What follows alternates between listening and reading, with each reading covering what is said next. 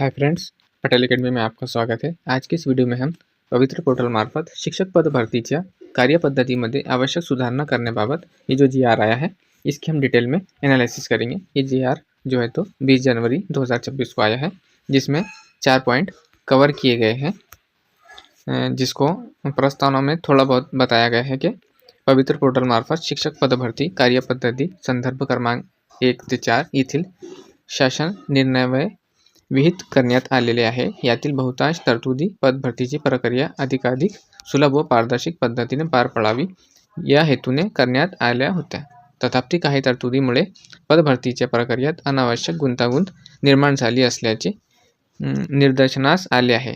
ही बाब विचारात घेऊन संबंधित काही तरतूद अधिकाधिक करून सुधारित तरतूद लागू करण्याबाबतचा प्रस्ताव शासनाच्या विचाराधीन होता। अब यहाँ पे हम देखेंगे कि इस तरह इसमें बताया गया है कि इससे पहले जो शिक्षक पद भर्ती हुई उसके लिए भी नियम बनाए गए थे, लेकिन उसमें थोड़ा बहुत कुछ गुंतागुंत निर्माण हुआ, उसके लिए उन्होंने उसको यहाँ पर थोड़ा चेंज किए हैं। जिसमें यहाँ पे पहला पॉइंट है, इसमें ये जी.आर. पवित्र पोर्टल के थ्रू होने वाली टीचर भर्ती शिक्षक पद भर्ती के नियम व प्रक्रिया में ज़रूरी सुधार के लिए निकाला गया है। अब इसमें भर्ती को ज़्यादा ट्रांसपेरेंट बनाने के लिए और कैंडिडेट की कन्फ्यूज़न और प्रॉब्लम को कम करने के लिए और एक ही कैंडिडेट को बार बार सिलेक्शन का गलत फ़ायदा ना मिले, इसके लिए ये तरतूद की गई है।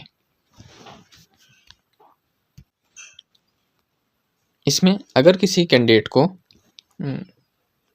किसी राउंड में सिलेक्शन मिल जाता है, कोई एक राउंड में, तो उसके बाद उसको दूसरे राउंड का चांस नहीं है। इससे पहले जैसा किसी को एक राउंड में सिलेक्शन मिल गया है, जैसा ये भर्ती एक फेज़ में नहीं होती, 2-3 फेज़ में होती है। धीरे धीरे एडवर्टाइजमेंट आती है, उसके बाद में उस पर राउंड होते हैं। तो किसी को मतलब 1 से 5 के लिए किसी का सिलेक्शन हो गया, कोई टीचर प्राइमरी में सिलेक्ट हो गया, तो वो पिछली बारी में वो 6 to 8 के लिए एलिजिबल रहता था। तो वो जैसे जो पोस्ट पर उसकी प्राइमरी लेवल में अगरचे उसका सिलेक्शन हुआ, तो अगली बार उसका क्वालिफिकेशन अगरचे ज़्यादा है तो वो हाई स्कूल के लिए, मिडिल के लिए जो है तो पात्र रहता था। लेकिन अब की बार जो सिलेक्शन एक मर्तबा हुआ है उसी के लिए वो पात्र है, आगे के लिए, आगे के स्टेज के लिए उनका सिलेक्शन नहीं होगा। ये जी.आर. में अच्छी बात है। यानी इसका साफ मकसद ये है कि एक एडवर्टाइजमेंट और एक ही मौका और एक ही जॉब। इसमें उन्होंने आगे दिया है कि अगरचे आपको दोबारा आगे की जो सिलेक्शन करवाना है तो उसके लिए दिए है कि उमेदवारास पूर्वी निवड झालेले त्याच गटासाठी अर्ज करावयाच्या झाल्यास नव्याने चाचणी परीक्षा दिल्यानंतर गुणवत्तेनुसार पुन्हा त्याच गटासाठी पात्र राहील।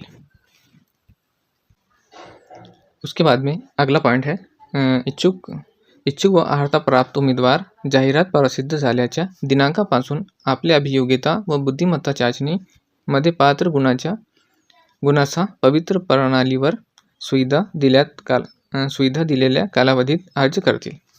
हाँ, आपको यहाँ पे जो पवित्र पोर्टल पर आगे की जो प्रोसेस है वहाँ पे अर्ज करना है। तसे स्थानिक स्वराज्य संस्थामधील व खाजगी शिक्षण संस्थामधील शिक्षण सेवकांच्या रिक्त पदासाठी स्वतंत्र प्राधान्यक्रम देतील। उमेदवार अर्जामध्ये प्रवर्ग व विषय यांचे विचार करून प्राधान्यक्रम देऊ शकतात।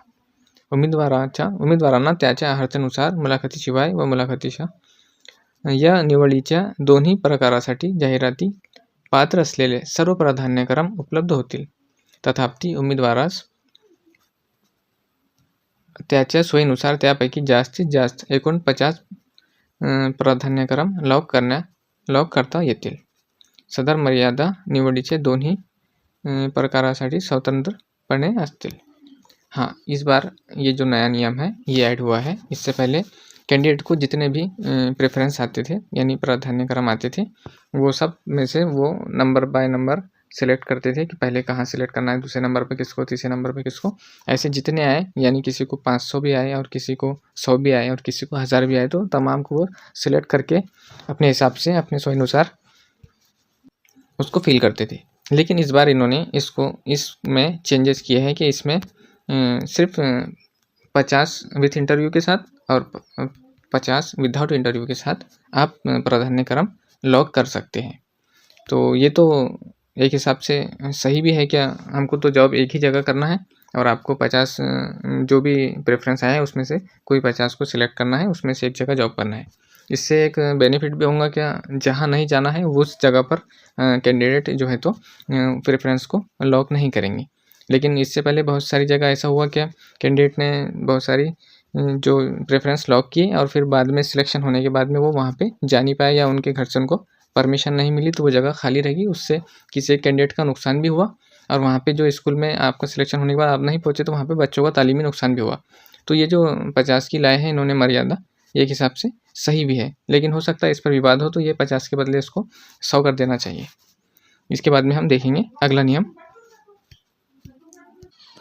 हाँ, हम यहाँ पे तीसरा पॉइंट देखेंगे। तीसरे पॉइंट में शिक्षक पद भरतीसाठी व्यवस्थापन प्रसिद्ध केलेले जाहिराती दिनांकास असलेल्या यहाँ पे ये जो है तो पदभरतीच्या ज्या शिक्षक अभियोगिता व बुद्धिमत्ता चाचणीमधील प्राप्त गुणाच्या आधारे करण्यात येत आहे, तसाच चाचणीसाठी अर्ज करण्याच्या, इसको देख रहे हैं हम।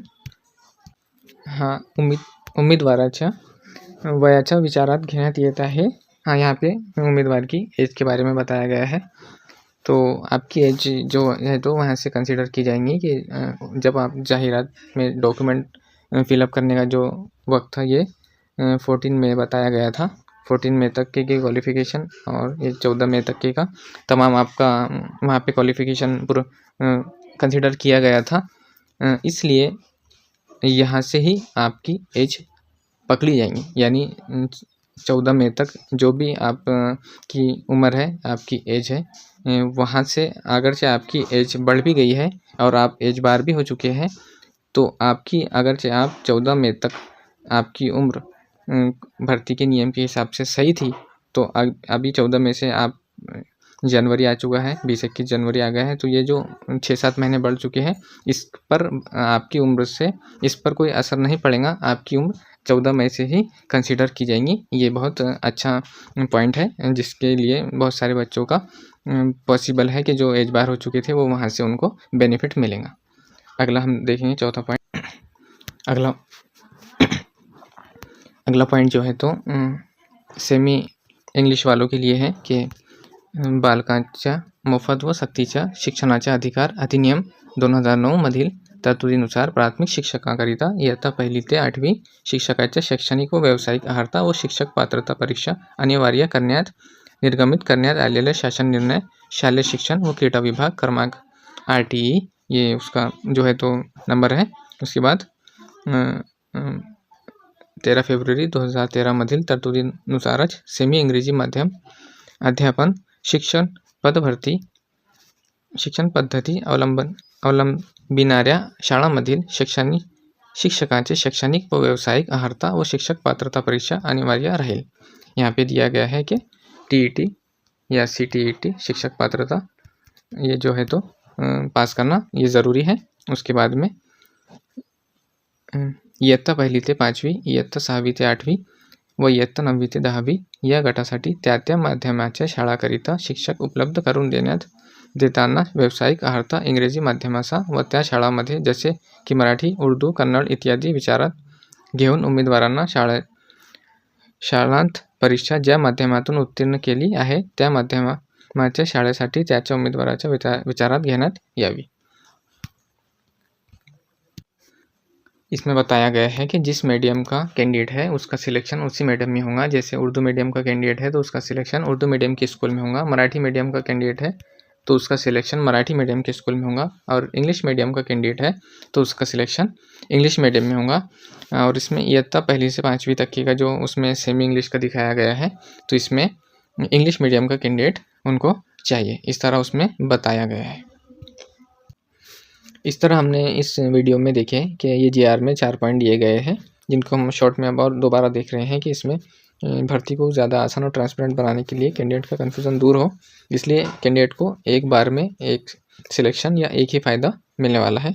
दूसरा कि क्वालिफ़िकेशन और मेरिट के आधार पर जो है तो प्रेफरेंस आएंगे, और प्रेफरेंस जो है तो आपको मर्यादा दी गई है कि 50 प्रेफरेंस ही आपको लॉक करना है।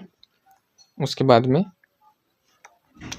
एज रिलैक्सेशन दिया गया है कि 14 मई तक आपका जो भी एज था वहाँ से कंसीडर होगा। उसके आगे से आपकी एज बड़ी भी है तो आपका 14 मई तक की ही एज कंसीडर किया जाएगा, इससे आपको बेनिफिट है। उसके बाद में मीडियम का दिया गया है कि जो मीडियम से आपका क्वालिफिकेशन है वही मीडियम में के स्कूल में आपका सिलेक्शन होगा।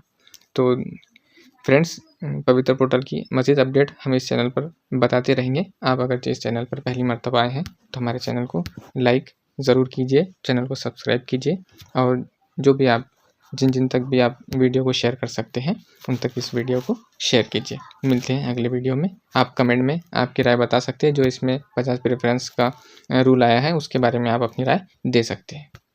मिलते हैं अगले वीडियो में, तब तक के लिए अल्लाह हाफ़िज़।